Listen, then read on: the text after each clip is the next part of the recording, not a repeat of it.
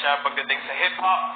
The first rap recording in the country, na On Sing Delight by George Xavier, was released in 1980, making the Philippines the first to dabble in rap music in Asia.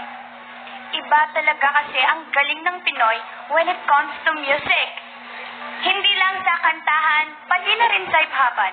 It is only act that music that this year the Mixed Music Awards has decided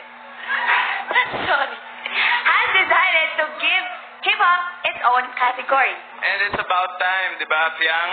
Yeah. Because Pinoy hip-hop just keeps on getting better and better, as proven to us by this year's nominees for the Hip-Hop Video of the Year. Here are the nominees.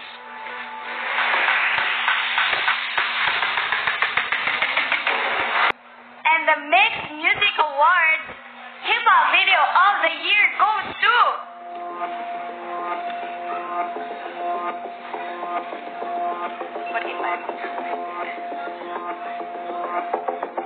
Atin-atin lang, Alden! Big Logic!